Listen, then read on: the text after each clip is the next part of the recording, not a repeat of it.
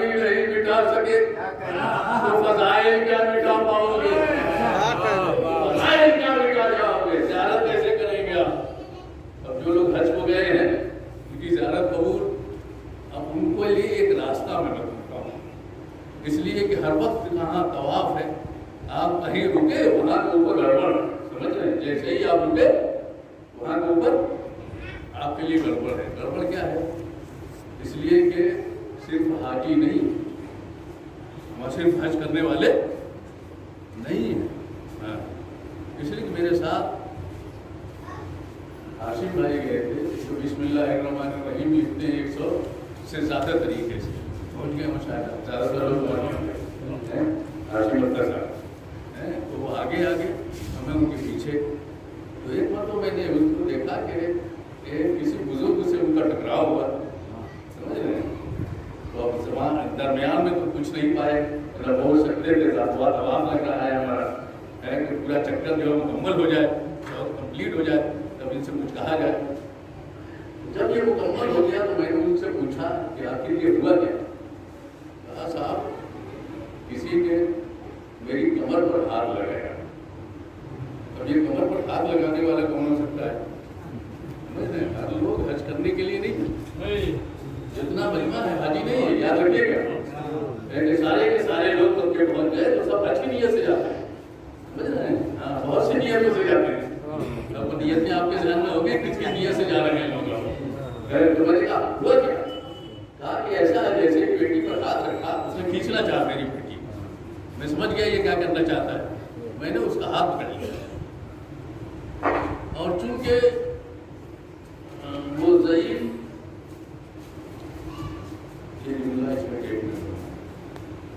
جناب ابراہیم کے پاس بھی آیا اور جناب اسماعیل کے پاس، اور سنیے آیتیں سنیے اور مجلس اسی حساب سے ختم ہوگی۔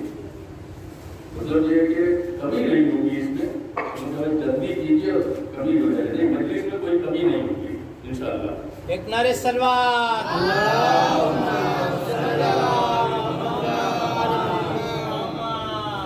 قال یا ابلیس ما لک اللہ تکون مع الساجدین، اس کو بتا رہے ہیں آخری شیطان مجھے کیا ہوا کہ تو سجدہ کرنے والوں کے ساتھ شامل نہ ہوا؟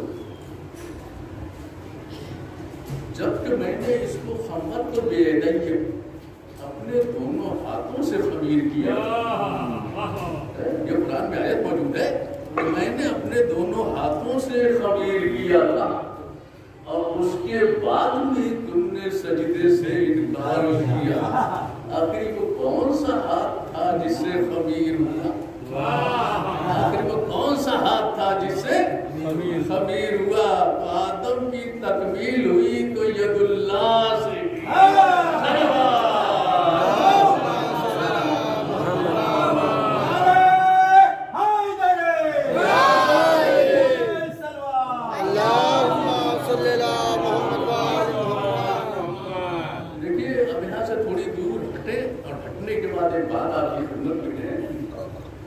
کہ آپ کی نظر میں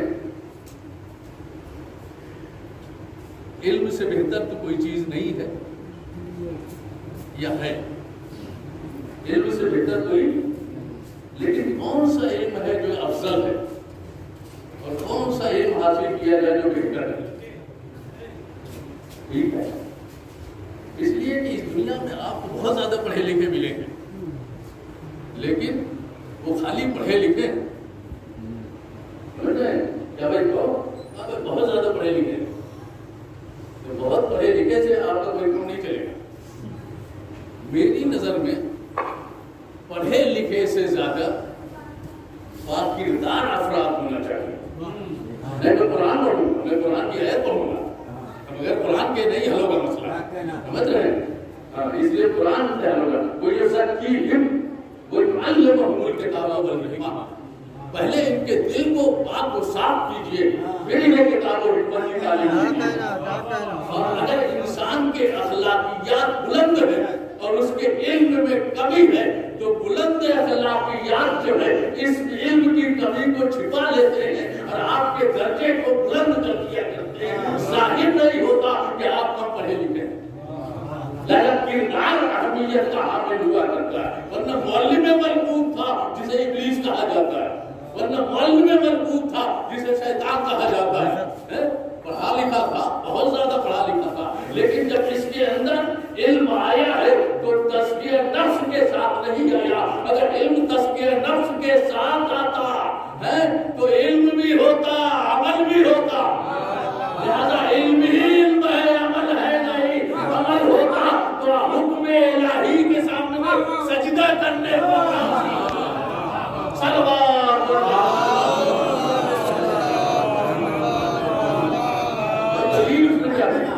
دلیل دی اس نے، تم نے مجھ کو آگ سے پیدا کیا، آدم کو مٹی سے پیدا کیا، آگ افضل ہے، مٹی مفضول ہے، افضل مفضول کا سجدہ نہیں کرتا۔ خلقتنی من نار وخلقتہ من طین، ہم کو تو آگ سے پیدا کیا، آدم کو مٹی سے پیدا کیا، آگ افضل ہے، مٹی مفضول ہے، افضل مفضول کا سجدہ نہیں کرتا۔ کم سے کم ایک قاعدہ تو آپ کو ملا، آپ کو ایک قاعدہ تو ملا کہ افضل کی موجودگی میں ہم غیر افضل کو ماننے کے لیے تیار نہیں۔ اگر افضل موجود ہوتا ہے تو ہم غیر افضل کو نہیں مانتے۔ ایک قاعدہ اگر انکار بھی کر دیا تو قاعدہ تو دیا، اپنے زعم ناقص میں اپنے کو افضل سمجھ رہا تھا، لیکن اگر اللہ نے کسی کو افضل بنایا ہو اور نبی نے اس افضلیت کا اعلان کسی میدان میں کیا ہو، من تم کو مولا ہو تو افضل کے ہوتے ہوئے غیر افضل کو نہیں مانا جائے۔ سلوات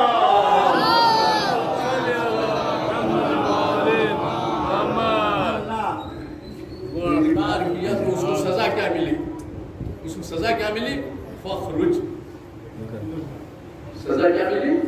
نکل جا میری بادشاہ سے۔ ایک اور سزا ملی، سزا چنی آیت کے ساتھ، وَإِنَّ عَلَيْكَ اللَّعْنَةَ إِلَىٰ يَوْمِ الدِّينِ۔ ایک سزا ہے فخرج منها فَإِنَّكَ رَجِيمٌ، نکل جا تو مردود بارگاہ الہی۔ دوسری سزا سنیے، وَإِنَّ عَلَيْكَ اللَّعْنَةَ إِلَىٰ يَوْمِ الدِّينِ، یقیناً تمہارے اوپر قیامت تک لعنت برستی رہے گی۔ میرے ساتھ رہیں گے، جرم ایک سزا دو ہے کہ نہیں؟ بھائی بتائیے وکیل صاحب، آپ پیچھے بیٹھے ہیں، جرم ایک اس کو سزا دو مل رہی ہے۔ بھائی آدم کو سجدہ کرو، سجدے سے انکار کیا، فخر نکل جاؤ میری بارگاہ سے، تم مردود بارگاہ الہی ہو گئی سزا۔ اب ان علیک اللعنت کیا ہے؟ الی یوم الدین، تمہارے اوپر قیامت تک لعنت برستی رہے گی۔ اب ایک اور سزا ہے تو گناہ ایک کیا تھا، سزا اسے دو مل رہی ہے۔ نہیں غور سے دیکھیے گا، گناہ بھی دو ہے اور سزا بھی دو ہے۔ ایک گناہ نہیں کیا ہے، اس نے دو گناہ کیا، ایک آدم کے سجدے سے انکار کیا، دوسرے ایک حکم الہی کا منکر ہوا۔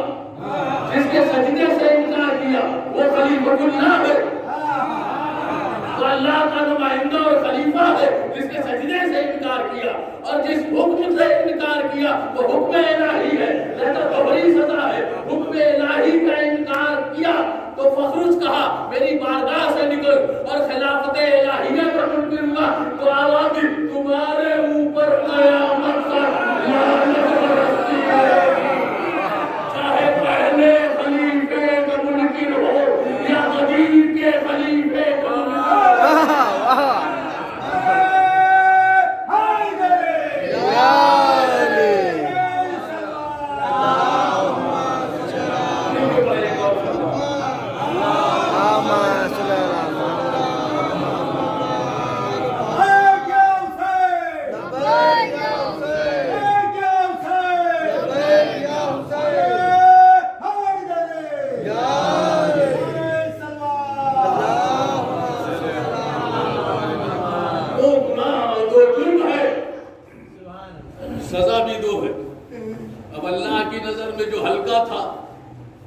اس کی سزا ہلکی رہی.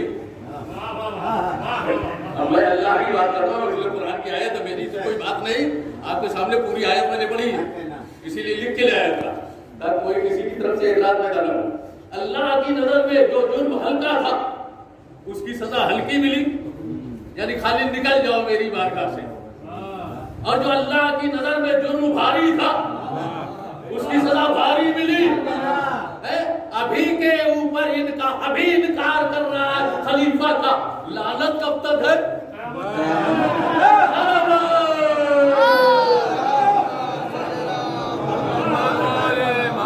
یاد رکھنا اگر کوئی خلیفۃ اللہ کا منکر ہے تو لعنت کے لیے تیار ہے. اور پھر یاد رکھنا ایک مرتبہ انکار کرو گے ہمیشہ کی لعنت کا تو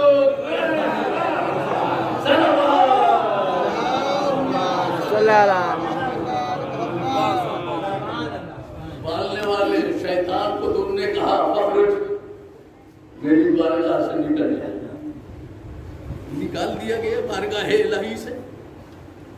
پالنے والے جا تو رہو لَأَقْعُدَنَّ صِرَاطَكَ الْمُسْتَقِيمَ, اور میرا کام بچانے کا ہے لیکن تیرے صراط مستقیم پر جا کے بیٹھ جاؤں گا. تیرے صراط مستقیم پر, اس کا مطلب شیطان کو صراط مستقیم بھی معلوم ہے. نمازیوں سے ایک سوال ہے, آپ کو صراط مستقیم معلوم ہے یا نہیں؟ اہدنا الصراط المستقیم, ہمیں سیدھا راستہ دکھا. ابھی دیکھا ہی نہیں, دعا دیکھا کہ کرتے رہے اور اس دنیا سے چلے گئے, صراط مستقیم ملا ہی نہیں. صراط مستقیم ملا ہی نہیں. بھائی ترجمہ تو یہی ہے کہ ہمیں صراط مستقیم دکھا, اور آخری عمر کی آخری وقت کی نماز بھی پڑھ کے گئے, یہی کہہ کے گئے, تو صراط مستقیم ملا نہیں. وہ اعلان کر رہا ہے کہ میں تمہارے صراط مستقیم پر جا کے بیٹھوں گا. کیسے معلوم ہو گیا کہ صراط مستقیم ہے کیا؟ لیکن تمہارے خالص بندے جو ہوں گے انہیں نہیں بتاؤں گا, اسی لیے کہہ کے گیا انت زین العابدین. کیا کہنا, سبحان اللہ, کہہ کے گیا تھا. تفصیلات میں آ جائیے. ایک دو موقع ہیں. انسان عبادت کی وادی میں, بقیہ بات وہاں, انسان عبادت کی وادی میں آئے تو مقام عبادت میں آنے کے بعد جو ہے اطمینان و سکون ہو. بہت سے مقامات ایسے ہیں جہاں آپ نماز توڑ سکتے ہیں. کہاں توڑ سکتے ہیں؟ کوئی زہریلا جانور آ گیا وزن کو پہنچانے کے لیے, نماز پڑھیں گے, جس رکعت میں ہو وہیں سے چھوڑ کے ہٹیں گے, سمجھ رہے ہیں, اپنی جان بچانے کے لیے. آپ جہاں نماز پڑھ رہے تھے آپ کے سامنے ایک دریا تھا, دریا میں دیکھا آپ نے ایک بچہ ڈوب رہا ہے. آپ وہ نماز مکمل کریں گے یا بچے کو بتائیں گے؟ بھائی شریعت نے, وحدہ لا شریک نے اپنے سارے کام پیچھے کر دیے, سمجھ رہے ہیں, بندوں کے کام جو ہے آگے کر دیے. لہذا اس کی جان بچاؤ, اپنی جان بچاؤ. جب تم رہو گے نہیں تو نماز کیا پڑھو گے؟ لہذا اپنے کو پہلے بچا لو تاکہ بچ جاؤ تو پھر سے پڑھ لو. ایک آدمی کو بچا لو جو ڈوب رہا ہے, اسے بچا لو. سمجھ رہے ہیں, قرض لینے والا آیا وہاں کے اوپر, سمجھ رہے ہیں, اس کو پہلے قرضہ دو پھر نماز آگے پڑھو. اس لیے لیا تھا, وقت ہو گیا, دینے کے لیے راضی نہیں ہوئے. ایک باتیں ایسی ہے کہ جہاں کے اوپر آدمی بھول جاتا ہے, یاد ہی نہیں رہا یا واقعی بھول گئے یا بھلا دیا تم نے. اس لیے کہ کچھ لوگ بھول جاتے ہیں, کچھ لوگ بھلا دیتے ہیں, ہمیں دینا ہی گڑبڑ, مجھے دیا ایسا ہے. اور جب کیا نام ہے مانگنے کے لیے آئے تو جیسا معلوم ہوتا ہے کہ ان کا مال آپ کے پاس امانتاً رکھا ہوا, آپ دے دیجیے. اور جب آپ مانگنے کے لیے گئے تو آپ ایسے مانگ رہے ہیں جیسے آپ ان سے قرض مانگ رہے ہیں. مشکلات بڑی ہے, ان کو دے دیجیے. اگر کوئی ڈوب رہا ہے سامنے تو شریعت نے آواز دی کہ اپنی نماز چھوڑ دو اور جان بچا دو. تو یہ تو ہماری نماز کا عالم ہے.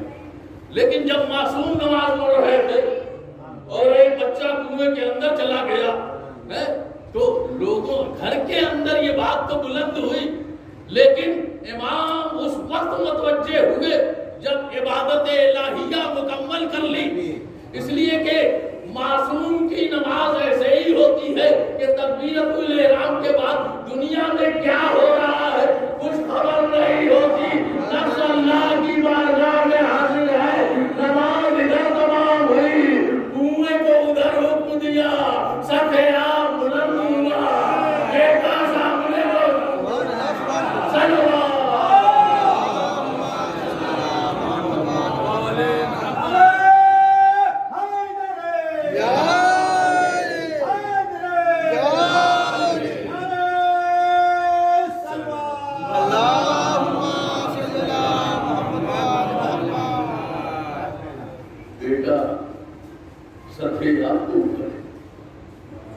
کائنات کی مخلوقات جس کی مبی ہے انہیں محمد اور آل محمد کہا جاتا ہے۔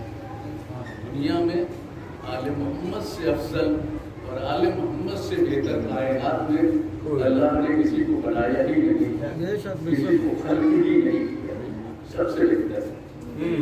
ایک آیت ہے اور اس آیت کا مطلب آپ کے ذہن میں، آیت یہ ہے کہ یہ سارے کے سارے بندے جو ہیں کانو لنا عابدین، یہ سب کے سب بندے جو ہیں ہمارے عبادت گزار عابدین ہیں۔ میں یہ لفظ کہوں تاکہ آگے کی لفظ کرنے میں آسانی ہو مجھے، یہ عابدین سب کے سب ہیں، لیکن ایک ان میں زین العابدین، ایک ان میں زین العابدین ہے۔ اور ایک جملہ کہنا چاہتا ہوں میں اور مسلسل کہتا ہوں تاکہ بچوں کے ذہن میں یہ تکرار رہے کہ آل محمد کل کے کل محمد ہیں، اور جتنی زیادہ اس کی تصریح کیجیے گا وضاحت ہوتی چلی جائے گی۔ ہر اعتبار سے کل کے کل محمد ہیں، ہر اعتبار سے کل کے کل محمد ہیں۔ اگر پانچویں امام نے اپنے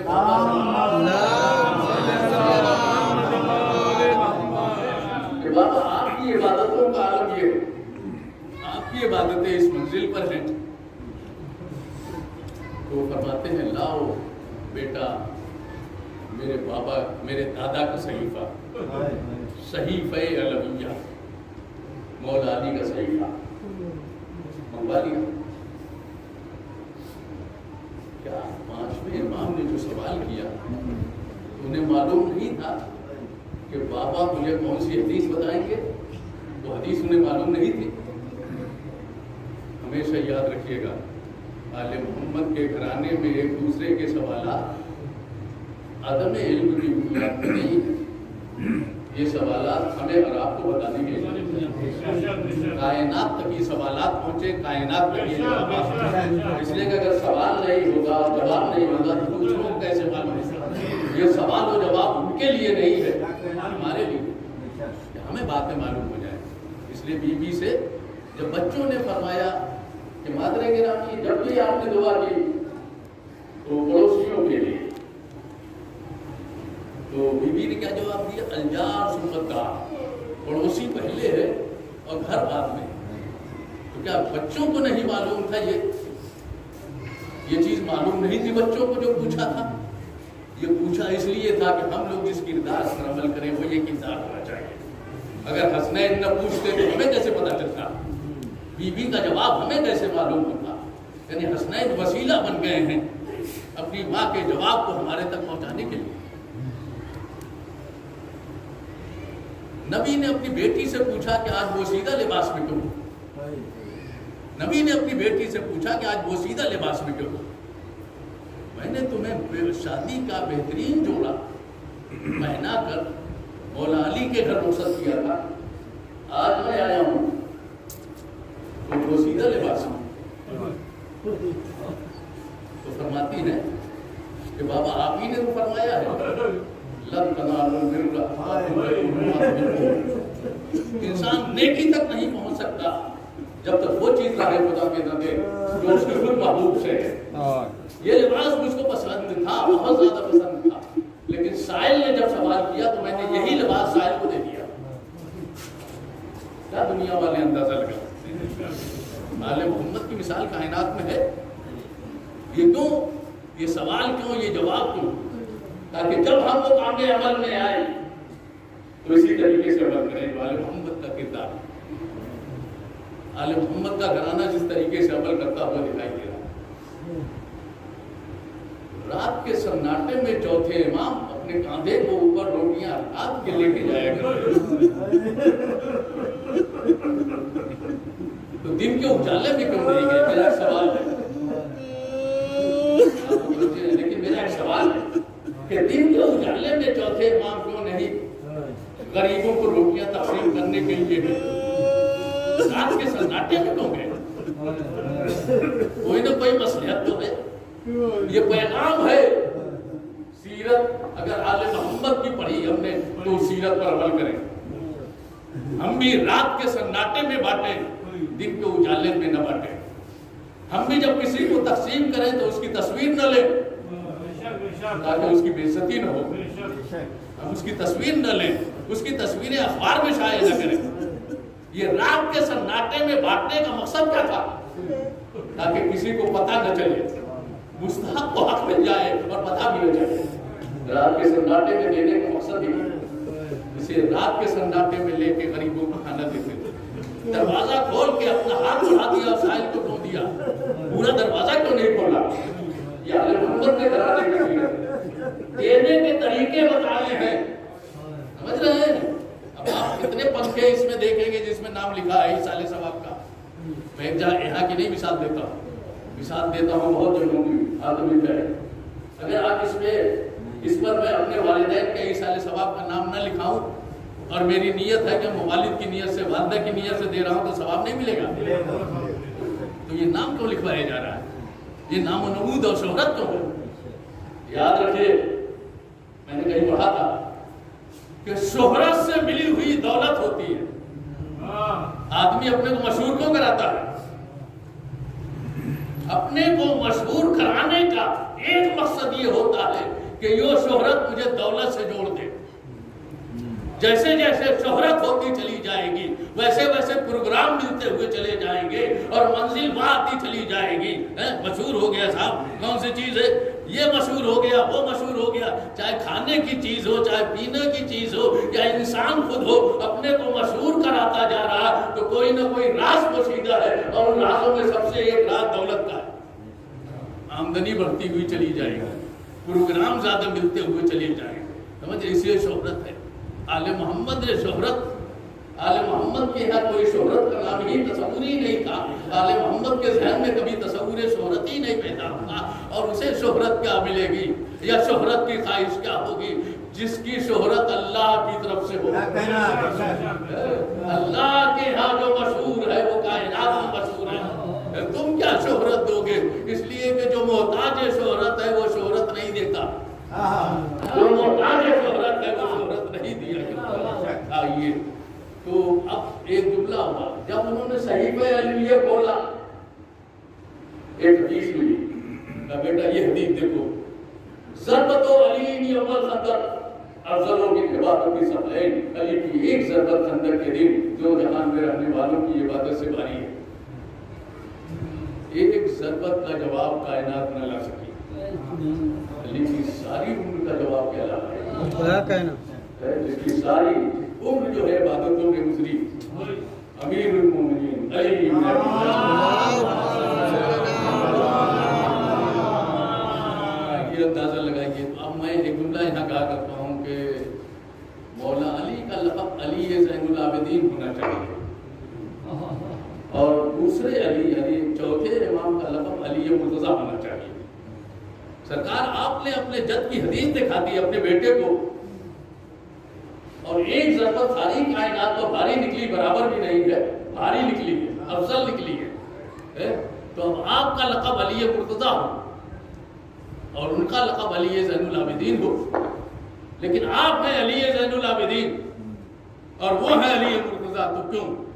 بس ایک بات مجھے سمجھ میں آتی ہے, میں نے غور و فکر کیا, اس نتیجے تک پہنچا کہ عبادتوں میں سب سے بڑی عبادت مظلوم کربلا پر گریہ کر رہا ہے۔ عبادتوں میں سب سے بڑی عبادت کا نام کیا ہے؟ مظلوم کربلا پر گریہ کرنا۔ ابو بصیر آخر مصائب میرے گھر کے پڑ رہا ہے کربلا پر، گریہ نہیں کر رہے ہو؟ مولا آنسوؤں سے چہرہ تر ہو، ایسے ہو جیسے میری جنت میں گریہ فرما رہی ہے۔ اس کا مطلب یہ ہے کہ ساری عبادتوں میں جو اولویت مقام رکھتی ہے عبادت، اسے گریہ کہا جاتا ہے۔ من بقا علی الحسین اور ابقا اور تباقا وجبت له الجنہ، جو حسین پر ہوئے یا رلائے یا رونے کی صورت بنائے، جنت اس کو اوپر واجب ہوتی ہے۔ میں نے کوئی عبادت سوائے گریہ کی عبادت کے نہیں دیکھا جس میں دکھاوا، اس لیے کہ تیسری لفظ جو آئی ہے وہ دکھاوے کی ہے۔ روئے یا رلائے، رونے کی صورت بنائے۔ میں نے کسی عبادت کے لیے یہ نہیں پڑھا کہ خالی صورت بنا لینے سے عبادت جو ہے وہ مان لی جاتی ہے، لیکن گریہ ایک ایسی عبادت ہے کہ خالی گریہ کی صورت بنا لو، خالی رونے کی صورت بنا لو، رونے میں شمار کیا جائے گا۔ کائنات میں سب سے افضل عبادت مظلوم کربلا پر گریہ کرنا ہے۔ کائنات میں کوئی ایسی مصیبت آپ کو نہیں ملے گی جیسی کربلا والوں کو مصیبت ہے۔ آپ سے گردن سے بدے ہوئے، اگر سامنے سے بدے ہو تو تکلیف کب ہوتی ہے۔ اور ایک دن نہیں، کربلا سے اوپر سے شام سے شام کا دربار اور دربار سے زندانے جا۔ واہ حسینہ، واہ علیہ، آئے مقدرات و عصمت و کہاں ایک رسی میں سب کو باندھا گیا ہے۔ ایسا نہیں ہے کہ ہر ایک کی رسیاں الگ الگ ہو۔ آئے 4 سال کی بچی جسے سکینہ کہتے ہیں، کبھی پیر اٹھایا، کبھی پیر نیچے کیا، گلا بہت تیز بنا ہوا ہے، ایک رسی تاریخ نے یہ بات تو لکھی کہ رسی ڈھیلی کی گئی لیکن امتحان لینا شروع کر دیا۔ بہت زیادہ محبت کرتی تھی اپنے بابا سے، میں تو اس وقت جانوں جب یہ دستے چلا